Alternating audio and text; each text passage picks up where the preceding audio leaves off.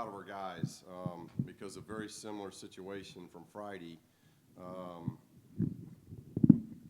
Friday, we had a good lead, double-digit lead. They took the lead from us, and we weren't able to win. And tonight, same thing, double-digit win, our lead, playing really well. They make a serious run and take the lead from us, and we found a way to win. And very happy with that because that's not easy. And getting a win after you lost, regardless of whether it's home or road, I've always felt like that's the toughest thing to do.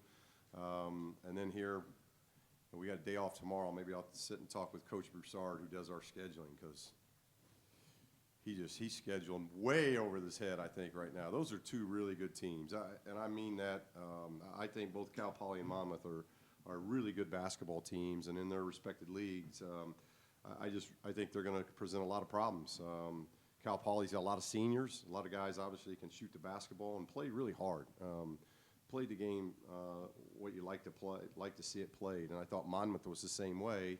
You had one team that attacked the basket in transition, and this team shot the three in transition. So we kind of got two different looks in this weekend as we go into next week and then the Maui to try to look at that because we still got concerns, obviously, with our transition defense. But a lot of good play, and to switch that around, I hammered those guards over the last 48 hours, and Aaron and Isaac and Bryce combined, I think, for 22 and 6 assist turnover, and that's vastly different than what happened the other night. And then so the result's different: 22 assists, 11 turnovers. That's who we are, and that's who we've got to be, and we got to develop that kind of consistency there.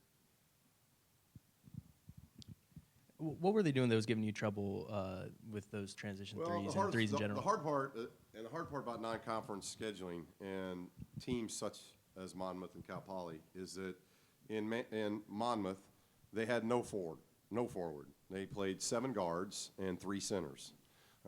So you've got 1 center in the game, and you've got 4 legit guards in the game. And we're obviously trying to play big. And offensively, it's been a handful for people. This is back-to-back games where Tony and Tom have been a handful and look great.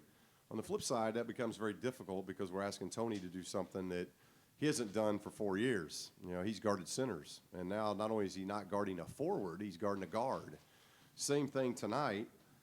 They go with 21 Meikle, the Gonzaga transfer, who's a very good transfer that they got, who's really, to me, a big guard. He might be a stretch 4 if you want to give him that, but he's a driver, he's a shooter, he can create his own shot.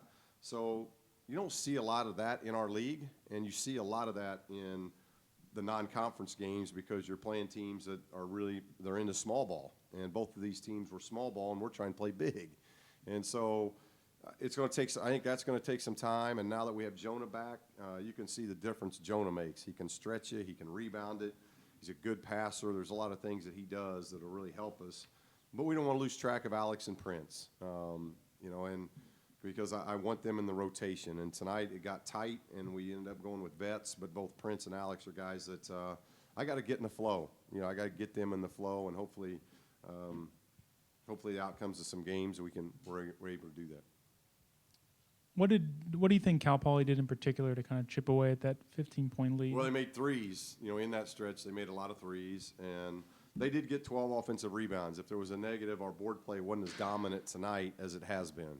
In our exhibition, in our scrimmage against Monmouth, our board play has been dominant. It wasn't dominant tonight. We still won it by 8, but giving up 12 offensive rebounds is too many. But they got hot. I mean, they made a lot of tough ones. They made a lot of deep ones. There were probably, I think they made 13. I bet 5 of them were beyond 24, 25 feet. I mean, those are deep threes. And when you're trying to play big and ask Tony to play a guard at 25 feet, that's asking a lot. So there's a give and take there.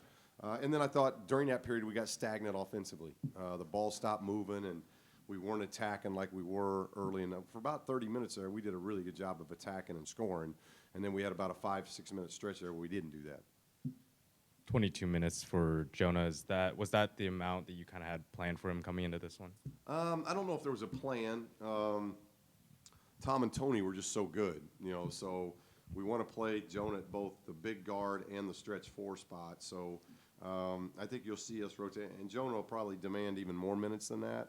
As he gets going, that's his first game, and I thought he was really productive for his first game. For his first collegiate game, he did a lot of good things. We asked him to do a lot defensively as well. But, you know, I think his minutes are going to go up. You know, this was a tough weekend because of the style, and, you know, Isaac and Bryce in particular played a lot of minutes, and Aaron got a lot of minutes, but Bryce and Isaac in particular logged a lot of minutes again. And we got to get those minutes. I would hope that we could get those minutes where it's like 34, somewhere between 33 and 35 for those guys instead of 37 and 38. And that's where the confidence in Prince and trusting him in the rotation and getting Alex some minutes in there. I've got to figure that out. It's not easy. This is the first team I've had where, one, I've got depth, but two, it's odd depth. And what I mean by that, and we got Gigi coming in December, it's a lot of length, and some of that length can play the guard spot. So I'm just trying to figure those things out as far as how we're going to use guys in minutes. With the kind of weird matchup you mentioned with Tony, what's the balance there between you want to keep him sharp for the tournament and for league play when you see the bigger guys, but you also have some weird matchups Right. when you're playing a smaller team. How do you balance that? Well, I think it's kind of who blinks first. And, you know, if you can go big and make them blink first, or they try to match you big. Unfortunately, the last two teams we've played, they can't match us big. So they just keep throwing different guards out there, and they throw Meikle out there, and he all of a sudden starts getting going. Same thing happened in Friday night's game. It wasn't the starting guard that hurt us. It was off the bench. I think his name was Stewart. That kid came off the bench and got 19 on us. So it's kind of very similar as far as both games as who hurt us. But we'd like to play big. And having Tony and Tom get those minutes, if they're getting around 30 minutes, that means their production's really high.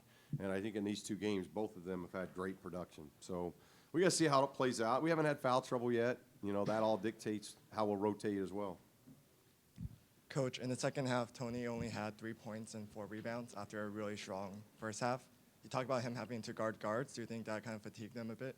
He'd probably tell you, yeah, chasing guards probably fatigues him a little bit. But I thought he really had a presence, especially in the first half, and that was we were able to build a good lead. I think we had a 10-point lead and built that to maybe 15 at one point, and Tony had a lot to do with that stretch. And, you know, he made some free throws there in the second half. He'd had even more points, but I thought he got us going in the way he rebounded and scored in the first half.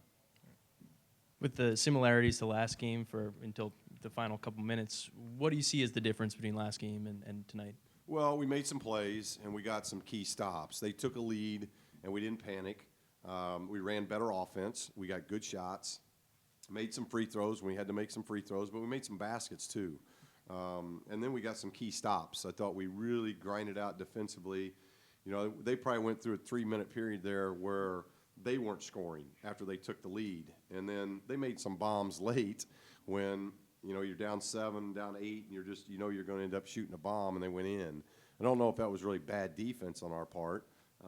They made some really difficult ones. But I thought in that 3-minute stretch where they were up 1 and then we took it to 7 plus, we got stops, and then we got some good scores at the other end. That was key for us. And we didn't do that, obviously, in the overtime game against Monmouth. We didn't do that. They shot 10 free throws, and we kept them off the free throw line in that last 4-minute game.